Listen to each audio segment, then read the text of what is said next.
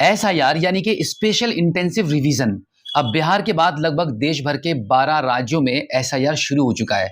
उत्तर प्रदेश में भी एसआईआर का काम बहुत ही जोरों शोरों से शुरू हो चुका है। अगर आप यूपी से बिलोंग करते हैं तो ये वीडियो आप सभी के लिए काफी इंपॉर्टेंट होने वाली है, क्योंकि आज की इस वीडियो में मैं आपको बताने वाला हूं कि एसआईआर का बीएलओ की तरफ से एक फॉर्म आपको दिया जा रहा है।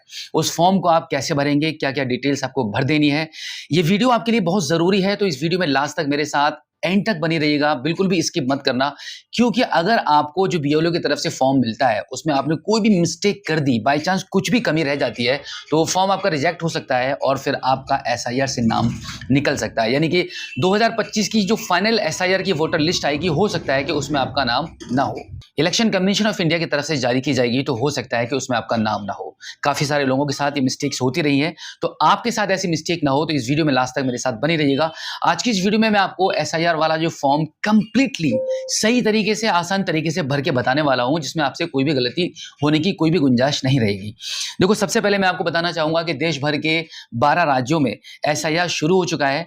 अब यहां पर मैं आपको बता दूं कि काफी सारे लोगों के दिल में एक डर बैठा हुआ है कि भाई एसआईआर में क्या होता है, एसआईआर क्यों की जा रही है। तो मैं आपको बता दूं कि एसआईआर सिर्फ एक आपकी वोटर लिस्ट की जांच पड़ताल करने की एक प्रक्रिया है। इस प्रक्रिया के दौरान जितने भी अब तक गलत नाम ऐड हो चुके हैं उन सभी नामों को हटाया जाता है। एसआईआर अब से 2003 में भी एक बार हो चुका है और उसी 2003 की वोटर लिस्ट के आधार पर इस बार 2025 में एसआईआर शुरू हो चुका है। पिछली वीडियो में हमने आपको ये जानकारी दे ही दी है कि 2003 की वोटर लिस्ट को कैसे आपको डाउनलोड करना होता है। उस वीडियो का लिंक भी मैंने इस वीडियो के डिस्क्रिप्शन में दे दिया है। अगर आपने वो वीडियो नहीं देखी है तो इस वीडियो के डिस्क्रिप्शन में जो लिंक दिया गया है उस लिंक पर क्लिक करके आप इजीली उस वीडियो को भी देख सकते हैं और 2003 की वोटर लिस्ट को डाउनलोड करके अपनी फैमिली का नाम आप चेक कर सकते हैं। 2003 की लिस्ट को डाउनलोड करके आपके मोबाइल फोन में रखना आपके लिए काफी जरूरी है, क्योंकि आप यहाँ पे जो स्क्रीन पर फॉर्म देख रहे हैं, इस प्रकार का फॉर्म आपको एसआईआर कंप्लीट करने के लिए बीएलओ की तरफ से आपको प्रोवाइड किया जाएगा। इस प्रकार के एक्चुअली 2 फॉर्म होंगे, दोनों को आपको फिल करना होता है। इस फॉर्म को आप कैसे भरेंगे, स्टेप बाय स्टेप, एक ऑप्शन में आपको अभी बताने वाला हूं। सबसे पहले आप देखेंगे यहाँ पे आपको ऊपर की साइड में आप देखेंगे यहाँ पे आपका एक फोटो लगा हुआ होगा, या आपको एक अपना फोटो लगाना है। अब यहाँ पे सबसे पहले आपको अपनी जन्म तिथि ऐड करनी है। जैसे कि आप यहाँ पे देख सकते हैं, इस फॉर्म में क्लियरली हमने मेंशन कर दिया है कि यहाँ वोटर की पैदाइश की तारीख भरें। यानी कि यहाँ पर आपको आपके आधार कार्ड के मुताबिक आपको आपकी जन्म तिथि एंटर कर देनी है। उसके बाद यहाँ पे आधार संख्या आपको लिखनी है एंड देन यहाँ पे आपका मोबाइल नंबर लिखना है। जो मोबाइल नंबर अभी आप चला रहे हैं, जो वोटर आईडी कार्ड में आपका लिंक है, उस मोबाइल नंबर को आप यहाँ पे लिखेंगे। उसके बाद आपके पिता या अभिभावक का नाम यहाँ पे लिखेंगे। इसके बाद आपके फादर का जो वोटर आईडी कार्ड है, उस वोटर आईडी कार्ड की संख्या को आप यहाँ पे भरेंगे। आप यहाँ पे देख सकते हैं क्लियरली, जहाँ पे लिखा हुआ है कि यहाँ वोटर के पिता का इपिक भरें। यहाँ पे वोटर आईडी कार्ड का जो नंबर होता है वो नंबर आप यहाँ पे भर देंगे। उसके बाद माता का नाम यहाँ पे लिखेंगे एंड देन यहाँ पे आपकी मदर का वोटर आईडी कार्ड का नंबर भरेंगे। उसके बाद पति या पत्नी का नाम यहाँ पे आप लिखेंगे। अगर आपकी शादी हो चुकी है, आप एक पुरुष हैं, तो आपकी वाइफ का नाम लिखेंगे और अगर आप एक महिला हैं तो आपके पति का नाम यहाँ पे मेंशन कर देंगे। इसके बाद पति या पत्नी का वोटर आईडी कार्ड का नंबर यहाँ पे मेंशन करेंगे। इस प्रकार से यहाँ पे आपकी फैमिली की पर्सनल डिटेल्स एंटर करने के बाद अब अगला ऑप्शन आ जाता है। यहाँ पे कुछ और भी डिटेल्स आपको फिल करनी होती हैं, जैसे कि यहाँ पे आप देखेंगे निर्वाचक का नाम। अब देखो, यहाँ पे सबसे पहले एक बात मैं आपकी क्लियर करना चाहूंगा। आप यहाँ पे देखेंगे 2 बॉक्स आपको यहाँ पे दिखाई दे रहे हैं। 2 फॉर्म, एक्चुअली 2 तरीके से सेम बॉक्स यहाँ पे आपको बने हुए दिखाई दे रहे हैं, जहां पर आपको कुछ डिटेल्स फिल करनी होती है। अब यहाँ पे ये जो आपको पहला वाला जो कॉलम दिख रहा है, पहला वाला जो बॉक्स आपको दिख रहा है, इसमें क्लियर लिखा हुआ है कि पिछले एसआईआर की मतदाता सूची में मतदाता का विवरण। अगर आपका 2003 में आपका खुद का नाम अगर उसमें मेंशन है तो आपको बिल्कुल भी टेंशन नहीं लेनी है। बस यहाँ पे आपको आपकी जानकारी फिल कर देनी है। जैसे 2003 में आपका वोट बना हुआ था, आपका पहचान पत्र 2003 से ही बना हुआ आ रहा है और 2003 की वोटर लिस्ट में अगर आपका नाम है तो यहाँ पर आपको लिखना होगा संबंधी का नाम। तो आप देखेंगे कि 2003 की वोटर लिस्ट में अगर आपका नाम है तो यहाँ पे आपको सिर्फ आपका निर्वाचक का नाम लिख देना है, यानी कि आपका नाम लिखना है। उसके बाद यहाँ पे आपका वोटर आईडी कार्ड की संख्या लिख देनी है। वोटर आईडी कार्ड का जो इपिक नंबर होता है, पहचान पत्र का जो संख्या होता है, पहचान पत्र का जो नंबर होता है, उस नंबर को आप यहाँ पे लिख देंगे। उसके बाद यहाँ पे कोई भी डिटेल्स आपको फिल नहीं करनी है, बस यहाँ पर आपको आपका जिला लिख देना है, आपके डिस्ट्रिक्ट का नाम लिख देना है, यहाँ पर आपके राज्य का नाम लिख देना है। उसके बाद यहाँ पर आपका विधानसभा का नाम लिख देना है। अब यहाँ पर आपका विधानसभा निर्वाचन क्षेत्र की संख्या लिखनी है, यहाँ पर आपका भाग संख्या लिखना है और यहाँ पर आपका क्रम संख्या। अब देखो, ये जो तीनों चीजें हैं, जैसे विधानसभा, निर्वाचक क्षेत्र की संख्या, भाग संख्या और क्रम संख्या आप यहाँ पे साइड में स्क्रीन पर देख सकते हैं। इस प्रकार से आप 2003 की वोटर लिस्ट को आप डाउनलोड कर लेंगे। उसमें से आपको आपके नाम के आगे जो क्रम संख्या, भाग संख्या जो लिखी हुई है, उन सभी डिटेल्स को, उन सभी संख्याओं को, उन सभी नंबर्स को इस 2003 की वोटर लिस्ट से निकाल कर आपको यहाँ पे लिख देना है।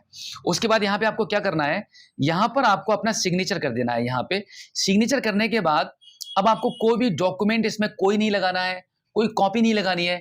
बस आपको 2003 की वोटर लिस्ट में जिस पेज पर आपका नाम है, उस पेज की फोटोकॉपी आपको इस फॉर्म के साथ अटैच करके आपको बीएलओ को सबमिट कर देनी है और फिर आपका काम कंप्लीट।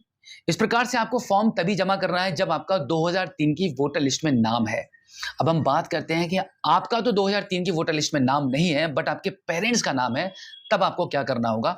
उसके लिए आप यहाँ पे देख सकते हैं, ये जो डिटेल्स ऊपर की साइड में मैंने आपको बताई है, बिल्कुल ये तो बिल्कुल वैसे ही भरी जाएंगी जैसे कि अभी मैंने आपको बताई थी। अब इसके बाद यहाँ पर बात आती है इस सेकंड वाले बॉक्स में, यहाँ पर आपको डिटेल्स कैसे भरनी है।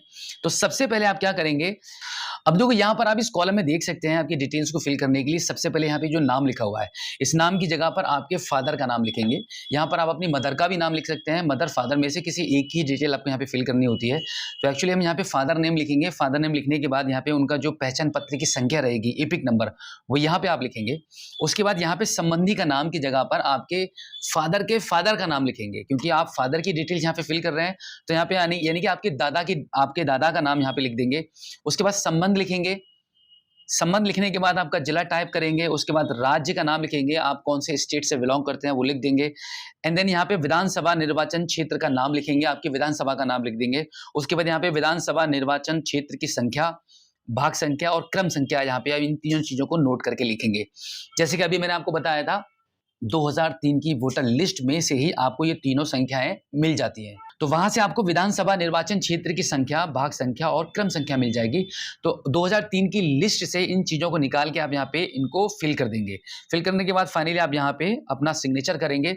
और यहाँ पर भी अब देखो, क्योंकि 2003 की वोटर लिस्ट में आपका नाम नहीं था, तो उसके लिए आपको क्या करना है, 2003 की वोटर लिस्ट में आपके फादर का जिस पेज पर नाम है, उस पेज की फोटोकॉपी लगाएंगे और आपका एक आईडी प्रूफ लगाएंगे, जैसे कि आपका जन्म प्रमाण पत्र है, मूल निवास है, कास्ट सर्टिफिकेट है, आपका हाई स्कूल की मार्कशीट है, इस पासपोर्ट है, बैंक पासबुक है, इस प्रकार का कोई भी आप यहाँ पे अपना एक आईडी प्रूफ लगाएंगे और इन सभी डॉक्यूमेंट्स को अटैच करके अपने बीएलओ को आप दे देंगे। तो इस प्रकार से आपका जो एसआईआर का फॉर्म है वो कंप्लीट हो जाता है।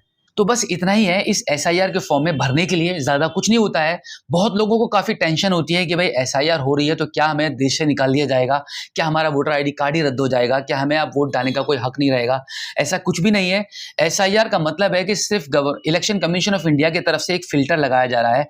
जितने भी फर्जी वोट अब तक दर्ज हो चुके हैं वोटर लिस्ट में, उन सभी फर्जी वोट को निकाला जाएगा और जो जेन्युइन लोग हैं और जो जेन्युइन वोट एंड वोटर्स हैं, उन्हीं के नाम लिस्ट में रहेंगे। तो उम्मीद करता हूं कि आज की इस वीडियो में जो जानकारी आपके साथ शेयर की गई है, जो इन्फॉर्मेशन आपको मैंने बताई है, आपको काफी अच्छी लगी होगी। फॉर्म को कैसे भरते हैं ये कॉन्सेप्ट आपका बिल्कुल क्लियर हो गया होगा, पूरी जानकारी आपको मिल चुकी है। आई होप कि जब भी आपके पास बीएलओ इस फॉर्म को लेकर आएंगे, आप अच्छे से इस फॉर्म को फिल कर पाएंगे। पूरी जानकारी आपको मिल चुकी है, पूरी नॉलेज आपको हो चुकी है, बिल्कुल भी डरने की जरूरत नहीं है। उम्मीद करता हूं कि आज की इस वीडियो में जो जानकारी आपके साथ शेयर की गई है आपको काफी अच्छी लगी होगी। इसी के साथ आपसे रिक्वेस्ट करूंगा कि आप हमारी इस वीडियो को अपने सभी साथियों में, रिलेशनशिप में, दोस्तों में, जानकार वालों में, सभी के साथ शेयर कर दीजिए। बहुत इंपॉर्टेंट जानकारी है। काफी लोगों को इसी बात का इंतजार है कि भाई कोई बताए इसके बारे में कि इस एसआईआर फॉर्म को कैसे भरते हैं और एसआईआर का एक्चुअल में क्या मतलब है। तो इस वीडियो को अपने सभी दोस्तों में शेयर कर दो ताकि आपके जैसे बाकी के लोगों का भी भला हो पाए।